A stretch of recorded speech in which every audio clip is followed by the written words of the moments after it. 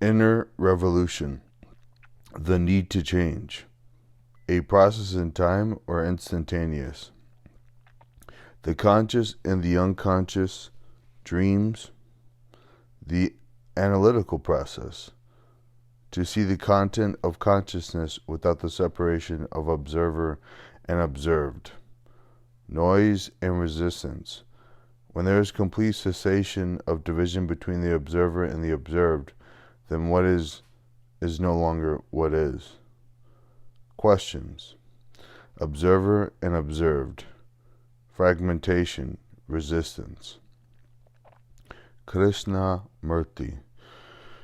We are going to examine together the question of what is hidden in the consciousness, in the deeper layers of the mind, which is generally called the unconscious. We are concerned with bringing about a radical revolution in ourselves and so in society. The physical revolution, which is advocated all over the world at the present time, does not bring about a fundamental change in man. In a corrupt society such as this, in Europe, India, and elsewhere, there must be fundamental changes in the very structure of society, and if man remains corrupt in himself and his activity, he will overcome whatever the structure be, however perfect. Therefore, it is imperative, absolutely essential, that he change. Is this change to be brought about through the process of time, through gradual achievement, through gradual change? Or does the change take place only in the instant? That is what we are going to examine together. One sees that there must be change in oneself. The more sensitive, the more alert and intelligent one is, the more one is aware that there must be a deep, abiding, living change. The content of consciousness is consciousness. The two are not separate. What is implanted in consciousness makes up consciousness, and to bring about a change in consciousness, both in the obvious and in the hidden, does it depend on analysis, on time, on environmental pressure? Or is the change to take place totally independent of any pressure, of any compulsion? This question is going to be rather difficult to go into because it is quite complex, and I hope we shall be able to share what is being said. Unless one goes into this matter very seriously, really taking trouble with deep interest, with passion, I'm afraid one will not be able to go very far. Far in the sense not of time or space, but very deeply within oneself. One needs a great deal of passion, great energy, and most of us waste our energies in conflict. And when we are examining this whole business of existence, we need energy. Energy comes with the possibility of change. If there is no possibility of change, then energy wastes away. We think we cannot possibly change. We accept things as they are, and thereby become rather dispirited, depressed, uncertain, and confused. It is possible to change radically, and that is what we are going to examine, if you will. Do not follow exactly what the speaker is saying, but use his words as a mirror to observe yourself and inquire with passion, with interest, with vitality, and a great deal of energy. Then perhaps we could come to a point where it will be obvious that without any kind of effort, without any kind of motive, the radical change takes place. There is not only the superficial knowledge of ourselves, but there is also the deep hidden content of consciousness. How is one to examine it? How is one to expose the whole content of it? Is it to be done bit by bit, slowly, gradually, or is it to be exposed totally and understood instantly, and thereby the whole analytical process comes to an end? Now we are going to go into question of analysis. To the speaker, analysis of the denial of action. Action being always in the active present.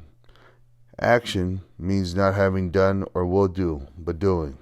Analysis prevents that action in the present because in analysis there is involved time, a gradual peeling off, as it were, layer after layer, and examining each layer, analyzing the content of each layer. And if the analysis is not perfect, complete, true, then that analysis being incomplete must leave a knowledge which is not total. And the next analysis springs from that which is not complete. Look, I examine myself, analyze myself, and if my analysis is not complete, then what I have analyzed becomes the knowledge with which I proceed to analyze the next layer. So in that process, each analysis becomes incomplete and leads to further conflict, and so to inaction. And in analysis, there is the analyzer and the analyzed. Whether the analyzer is the professional or yourself, the layman, there is this duality. The analyzer analyzing something which he thinks he is different from himself. But the analyzer, what is he? He is the past. He is the accumulated knowledge of all the things he has analyzed. And with that knowledge, which is the past, he analyzes the present. So in that process, there is conflict. There is the structure to conform or to force that which he analyzes. Also, there is this whole process of dreaming. I don't know whether you have gone into all this yourself, or probably you have read other people's books, which is most unfortunate, because then you merely repeat what other people have said, however famous they are. But if you don't read all those books, as the speaker does not, then you have to investigate yourself. Then it becomes much more fascinating, much more original, much more direct and true. In the process of analysis, there is this world of dreams. We accept dreams as necessary because the professionals say, you must dream, otherwise you go mad. And there is some truth in that. We are inquiring into all this because we are trying to find out whether it is possible to change radically. When there is so much confusion, so much misery, such hatred and brutality in the world, there is no compassion. One must, if one is at all serious, inquire into all of this. We are inquiring not merely for intellectual entertainment, but actually trying to find out if it is possible to change. And then we see the possibility of change. Whatever we are, however shallow, however superficial, repetitive, imitative, if we see that there is a possibility of radical change, then we have the energy to do so. If we say it is not possible, then that energy is dissipated. So we are inquiring into this question. Whether analysis does produce a radical change at all, or whether it is merely an intellectual entertainment and an avoidance of action. As we were saying, analysis implies entering into the world of dreams. What are dreams? How do they come into being? I don't know if you have gone into this. If you have, you will see that dreams are the continuation of our daily life. What you are doing during the day, all the mischief, the corruption, the hatred, the passing pleasures, the ambition, the guilt, and so on, all that has continued in the world of dreams, only in symbols and pictures and images. These pictures and images have to be interpreted, and all the fuss and unreality of all that comes into being. One never asks why should one dream at all. One has accepted dreams as essential, as part of life. Now we are asking ourselves, why we dream at all. Is it possible when you go to sleep to have a mind that is completely quiet? Because it is only in that quiet state that it renews itself, empties itself of all its content, so that it is made fresh, young, decisive, not confused. If dreams are the continuation of our daily life, our daily turmoil, anxiety, the desire for security, attachment, then inevitably dreams in their symbolic form must take place.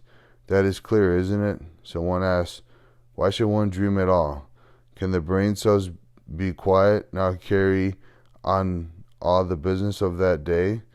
One has to find out that our experimentally not accepting what the speaker says, and for goodness sake, don't ever do that.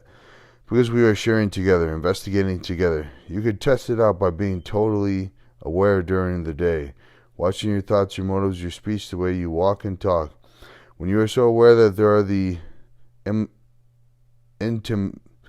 intimations of the unconsciousness of the deeper layers, because then you are exposing, inviting the hidden motives, the anxieties, the content of the unconscious to come into the open. So when you go to sleep, you will find that your mind, including the brain, is extraordinarily quiet.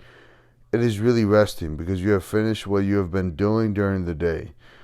If you take stock of the day as you go to bed and lie down, don't you do this? Saying, I should have done this, I should not have done it. It would have been better that way. I wish I hadn't said this. When you take stock of the things that have happened during the day, then you are trying to bring about order before you go to sleep. If you don't make order before you go to sleep, the brain tries to do it when you are asleep, because the brain functions perfectly only in order, not in disorder. It functions most efficiently when there is complete order, or that order is neurotic or rational. Because in neurosis and imbalance, there is order, and the brain accepts that order. So if you take stock of everything that has been happening during the day before you go to sleep, then you are trying to bring about order, and therefore the brain does not have to bring order while you are asleep. You have done it during the day. You can bring about that order every minute during the day. That is if you are aware of everything that's happening outwardly and inwardly. Outwardly in the sense of being aware of the disorder about you, the cruelty, the indifference, the callousness, the dirt, the squalor, the quarrels, the politicians and their chicanery, all that is happening. And your relationship with your husband, your wife, with your girl or boyfriend. Be aware of all that during the day. Without correcting it, just be aware of it. The moment you try to correct it, you are bringing disorder. But if you merely observe actually what is, then what is order. It is only when you try to change what is that there is disorder. Because you want to change according to the knowledge which you have acquired. That knowledge is the past, and you are trying to change what is, which is not the past, according to what you have learned. Therefore there is a contradiction. Therefore there is distortion. Therefore this is disorder. So during the day, if you are aware of the ways of your thoughts, your motives, the hypocrisy, the double talk, doing one thing, saying another, thinking another, the mask that you put on, the varieties of deception that one has so readily to hand. If you are aware of all that during the day, you don't have to take stock at all when you go to sleep. You are bringing order each minute. So when you go to sleep, you will find that your brain cells which have recorded and hold the past become totally quiet, and your sleep then becomes something entirely different. When we use the word mind, we include in that the brain, the whole nervous organism, the affections, all the human structure. We mean all that, not something separate. And that is included the intellect, the heart, the whole nervous organism. When you go to sleep, then the process has totally come to an end. And when you wake up, you see things exactly as they are, not your interpretation of them or the desire to change them. So analysis for the speaker prevents action, and action is absolutely essential in order to bring about this radical change. So analysis is not the way. Don't accept, please, what the speaker is saying, but observe it for yourself. Learn about it, not from me, but learn by watching all these implications of analysis. Time, the analyzer, and the analyzed. The analyzer is the analyzed, and each analysis must be complete, otherwise it distorts the next analysis. So to see that whole process of analysis, whether it is introspective or intellectual analysis, is totally wrong. It is not the way out. Maybe it is necessary for those who are somewhat or greatly unbalanced, and perhaps most of us are unbalanced. We must find a way of observing the whole content of consciousness without the analyzer. It is great fun if you go into this, because you have then rejected totally everything the man has said, because then you stand alone. When you find out for yourself, it will be authentic, real, true, not dependent on any professor, any psychologist, any analyst, and so on. So one must find a way of observing without analysis. I'm going to go into that. I hope you don't mind my doing all this, do you? This is not group therapy. This is not an open confession. It is not that the speaker is analyzing you or making you change and become marvelous human beings. You have to do this yourself. And as most of us are second-hand or third-hand human beings, it is going to be very difficult to put away totally all that has been imposed on your minds by the professionals, whether by religious or scientific professionals. we have to find out for ourselves. If analysis is not the way, and it is not, as far as the speaker is concerned, as he has explained, then how is one to examine or to observe the total content of consciousness? What is the content of consciousness? Please don't repeat what somebody else has said. What is your total content? Have you ever looked at it, considered it? If you have, it is not the various recorded incidents, happenings, pleasurable and non-pleasurable, various beliefs, traditions, the various individual recollections and memories, the racial and family memories, the culture in which one has been brought up. All that is the content, isn't it?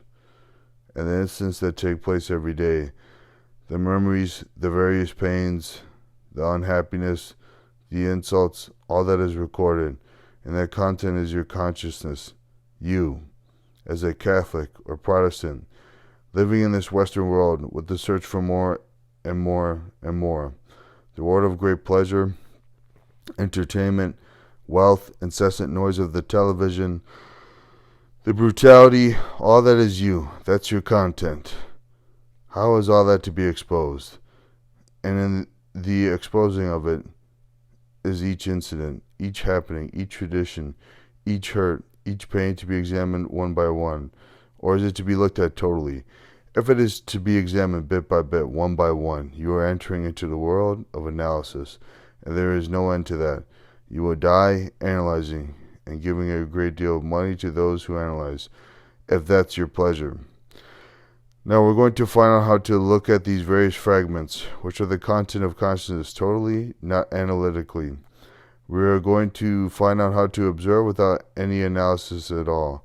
That is, we have looked at everything, at the tree, at the cloud, at the wife and the husband, and at the girl and the boy as the observer and the observed. Please do give a little attention to this. You have observed your anger, your greed, or your jealousy, whatever it is, as an observer looking at greed.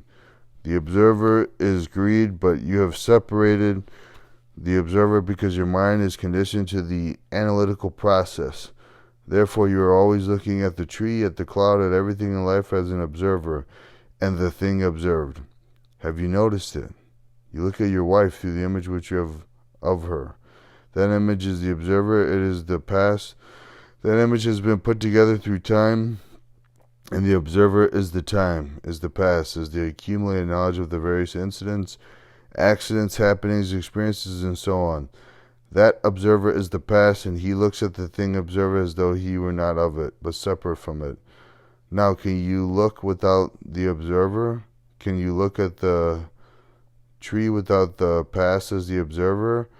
That is, when there is the observer, then there is a space between the observer and the observed, the tree. That space is time. Because there is a distance, that time is the quality of the observer. Who is the past? Who is the accumulated knowledge who says, that is the tree, or that is the image of my wife? Can you look? Not only at the tree, but at your wife or your husband without the image. You know, this requires tremendous discipline. I'm going to show you something. Discipline generally implies conformity, drill, imitation, conflict between what is and what should be. And so in discipline there is conflict, suppressing, overcoming, the exercise of will, and so on. All that is implied in the word, but that word means to learn, not to conform, not to suppress, but to learn. And the quality of the mind that learns has its own order, which is discipline. We are learning now to observe without the observer, without the past, without the image. When you so observe the actual what is a living thing, not a thing looked upon as dead, recognizable by the past event, by past knowledge. Look, sirs, let's make it much simpler than this.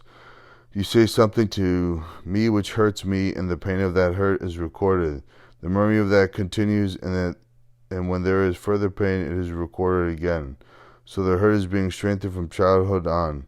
Whereas if I observe it completely when you say something which is painful to me, then it is not recorded as a hurt. The moment you record it as a hurt, that recording is continued, and for the rest of your life you are being hurt because you are adding to that hurt.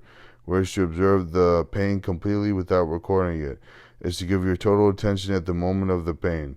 Are you doing all this?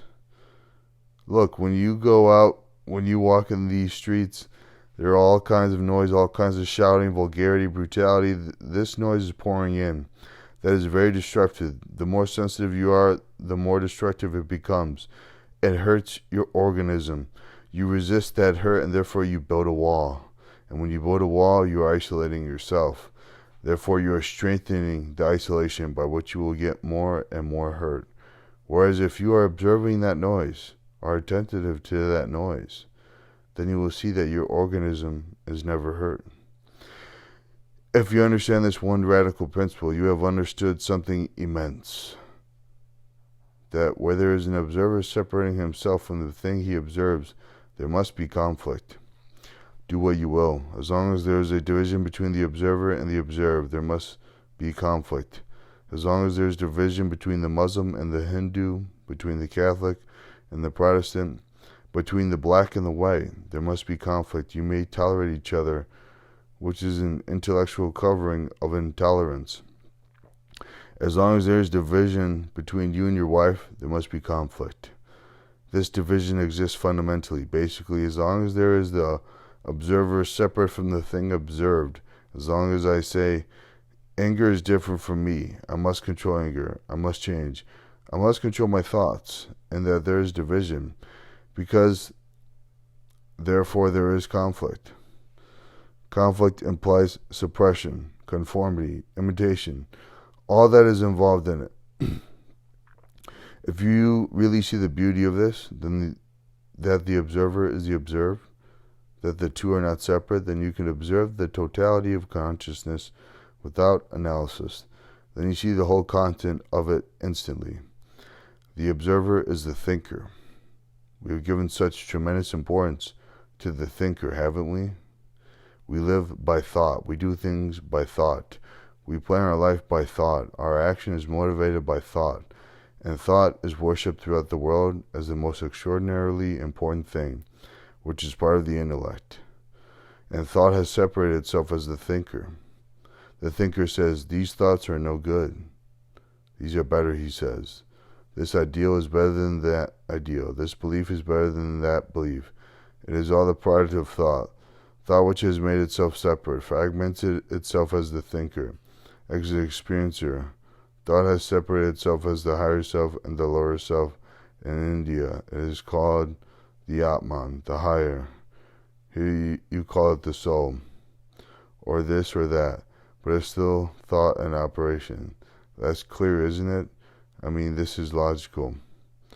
It is not irrational. Now I'm going to show you the irrationality of it. All our books, all our literature, everything is thought, and a relationship is based on thought. Think of it. My wife is the image which I have created by thinking. That thinking has been put together by nagging, by all the things which go on between husband and wife, pleasure, sex, the irritations, the exclusions, all the separative instincts that go on. Our thought is the result of our relationship. Now what is thought? You are asked that question, what is thought? Please don't repeat somebody else. Find out for yourself. Surely thought is the response of memory, isn't it? Memory is knowledge. Memory is experience which has been accumulated, stored up in the brain cells. So the brain cells themselves are the cells of memories. But if you did not think at all, you would be in a state of amnesia. You would not be able to get to your house. Thought is the response of the accumulated memory as knowledge, as experience, whether it is yours or the inherited, the communal experience, and so on. So thought is the response of the past, which may project itself into the future, going through present, modifying it as the future, but it is still the past. So thought is never free. How can it be? It can imagine what is the freedom. It can idealize what freedom should be, create a utopia of freedom.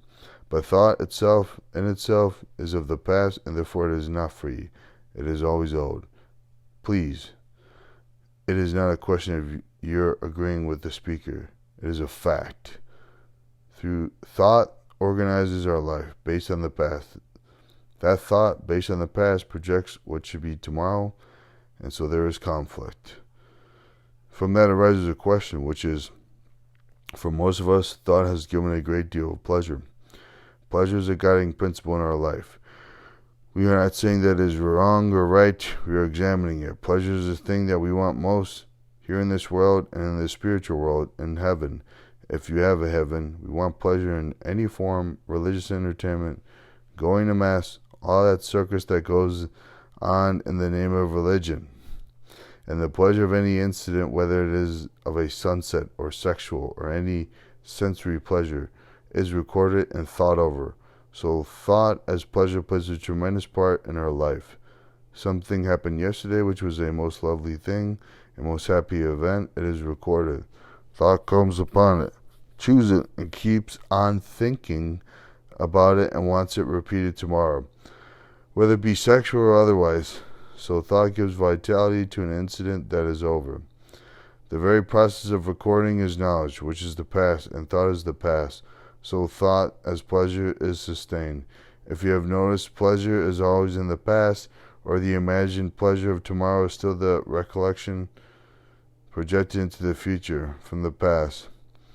You can also observe that where there is pleasure and the pursuit of pleasure, there is also the nourishing of fear. Haven't you noticed it? Fear of the thing I've done yesterday, fear of the physical pain which I had a week ago. Thinking about it sustains the fear. There is no ending of that pain when it's over. It is finished, but I carry it over by thinking about it.